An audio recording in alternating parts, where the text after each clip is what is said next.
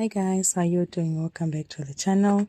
Today I'm going to be showing you how I made this hand. I'm using an A4 page to make my pattern, and then I marked 6 inches by 6 inch square, which I went on to cut out.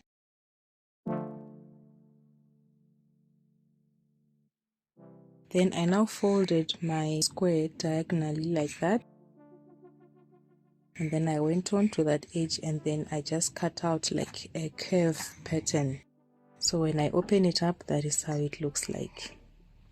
Then I now use that pattern now to go and draw on my interfacing. That is interfacing, it's very thick, so if you want your fan to stand, you really need to use an interfacing that is light but also very strong.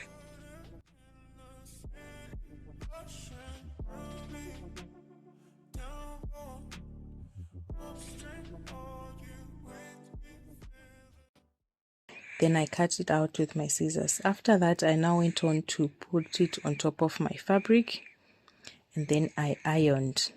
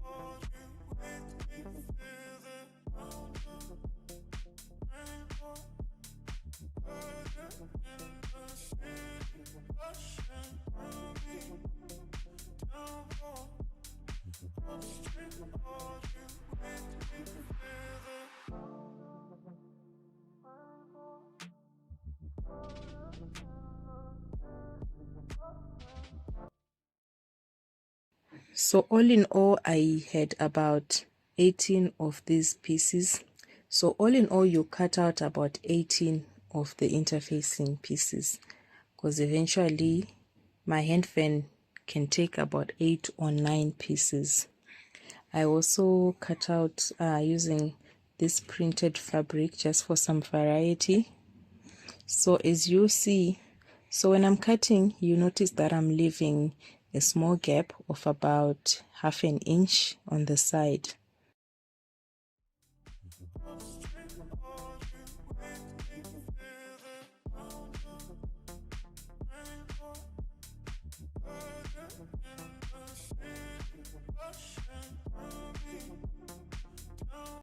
Then I now placed my little fabrics right sides facing each other, and then I pinned the edges like that.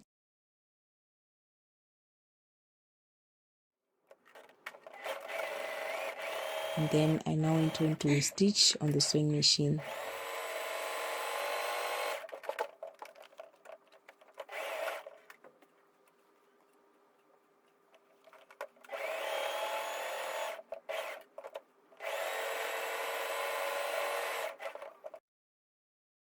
So when stitching, make sure to leave a small gap to use to turn it inside out.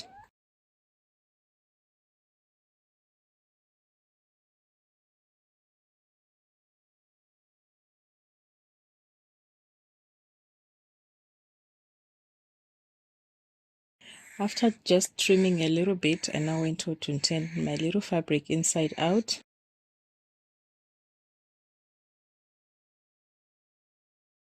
This was the most difficult part of this whole process because it was so hard and so thick. But that thickness is what I needed for the fabrics to have thickness. After turning them inside out, I now go on to iron. And when I do this, I make sure to fold in the edges of those gaps that I left, and then I iron them in.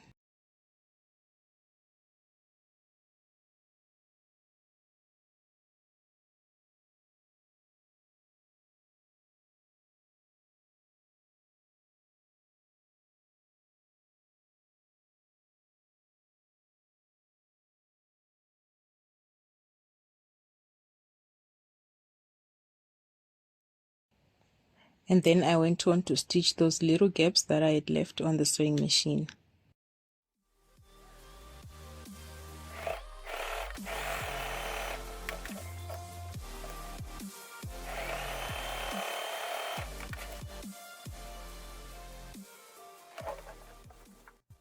So right there are all my leaves, as I like to call them, because they have the shape of leaves. And then, so here are all my leaves. I had about 9 of them in total. Oh, so for some of the leaves, I covered them in this lace material. I would just place the leaf on top of the material and then I would cut it. And then I would go on to sew it on the sewing machine and then trim off the excess fabric.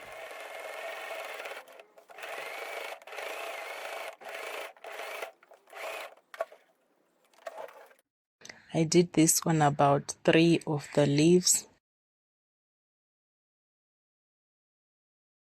So after sewing the lace onto the little leaf, I'll just go ahead and just trim out the excess fabric.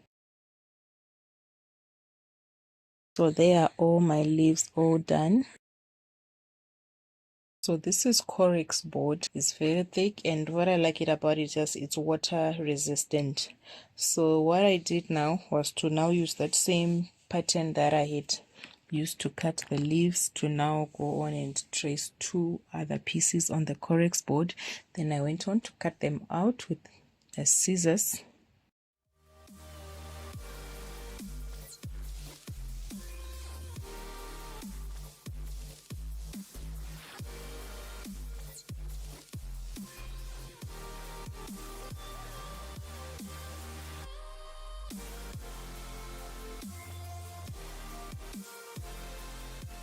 Then I took my solid color fabric and this nice lace fabric, then I placed them on top of each other.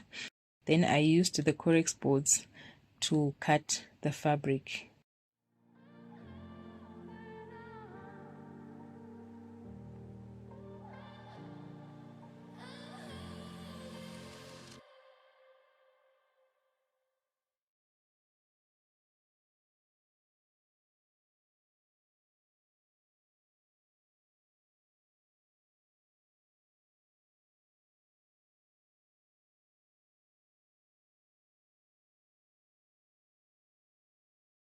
After cutting the fabric, I took a needle and thread. Then I start to do a tacking stitch right on the edge of the fabric. So what this does is to combine the fabrics, and also it helps to wrap the fabric onto the little Corex board piece.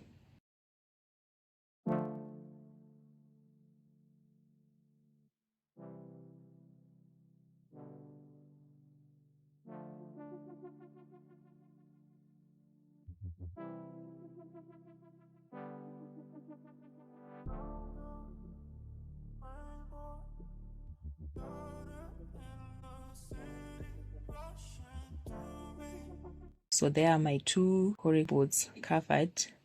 And then I started to arrange the leaves into the shape of the fan, the shape that I wanted. And then I now took a hot glue gun and just started to glue.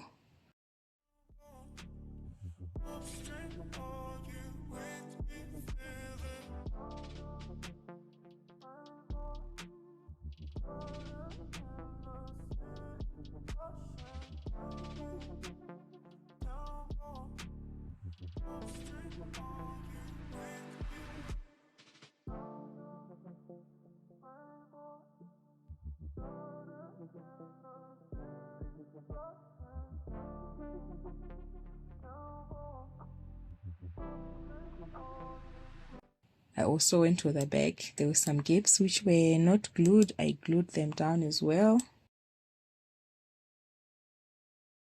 And then I now glued the handle part on the front and onto the back.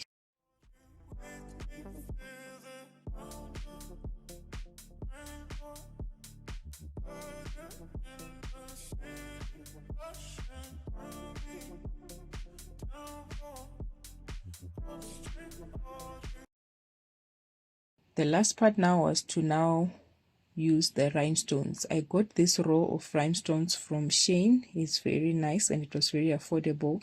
I'm going to put in my Shein list up here so that you guys can go and shop for the exact rhinestones that I used for this project.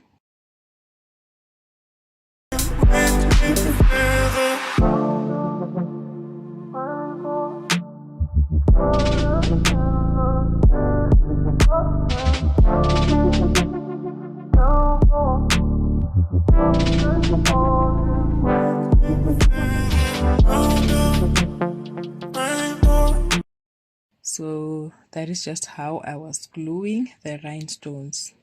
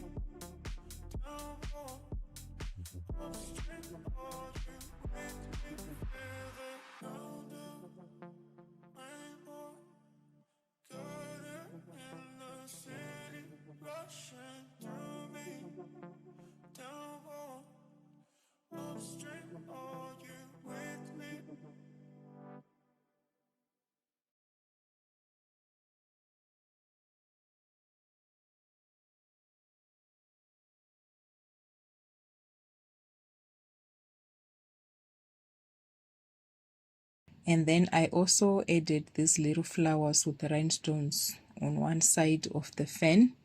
You can also use rhinestones and any other embellishments that you have to decorate your fan. Thank you so much for watching this video, you guys. I really appreciate it and I hope to see you in the next ones. Bye. Thank you so much, you guys, for watching this video.